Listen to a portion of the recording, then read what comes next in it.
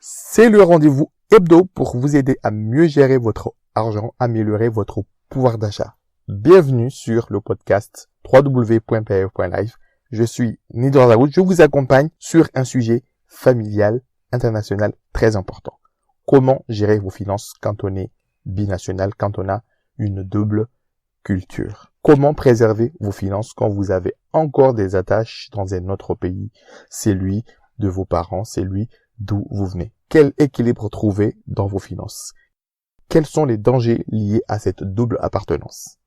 On a beau s'appeler Corinne comme le veut Zemmour, cela ne gomme pas le fait qu'on a des attaches dans un autre pays.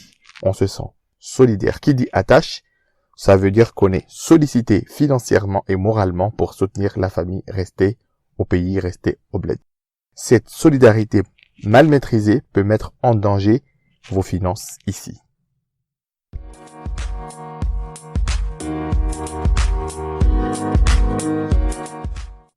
Un Français sur 5 a des origines étrangères. Cela n'étonne personne. Les conséquences du Covid-19 ont encore fragilisé les économies des pays moins développés. Les nombreux travailleurs privés de revenus qui vivent du système D, ne bénéficient pas du chômage partiel, vivent des fins de mois difficiles.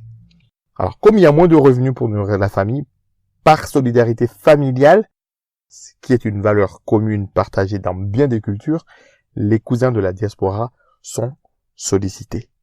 C'est l'émotion qui parle. Qui résisterait à aider une tante ou une mère malade?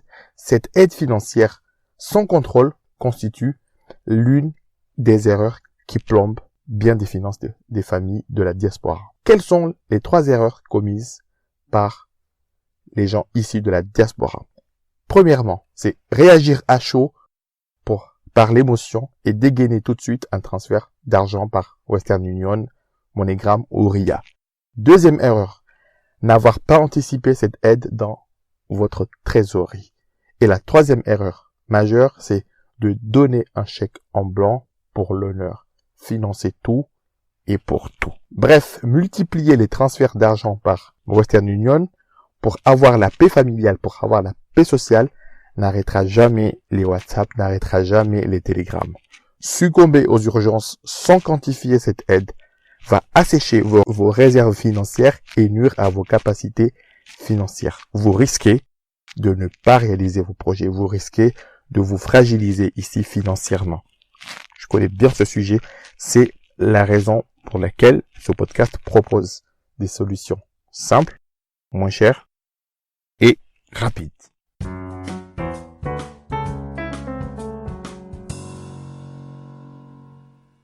Je vous propose un accompagnement avec une approche individualisée unique pour maîtriser les flux financiers entre ici et là-bas tout en réalisant vos projets de vie. Ça peut être par exemple acheter votre résidence principale, ça peut être financer les études de vos enfants, ça peut être aussi préparer et anticiper votre retraite. Pour démarrer votre accompagnement, je vous invite à vous connecter sur le site www.paef.live. Vous cliquez sur la rubrique « Le rendez-vous » et vous remplissez le formulaire pour être contacté au grand maximum sous 48 heures. Alors, la mauvaise gestion financière n'est pas juste réservée aux pauvres, n'est pas l'apanage des pauvres. Vous retrouverez d'autres épisodes du podcast qui traitent de la bonne façon de gérer ses finances. Je vous invite à vous abonner sur les réseaux sociaux du podcast paef.live, à savoir YouTube, Facebook et Spotify. Et n'hésitez pas à cliquer sur les abonnements pour être alerté sur les nouveaux épisodes. Et je vous dis à très bientôt pour répondre à vos questions que vous allez sans doute me laisser. Je vous remercie, à très bientôt.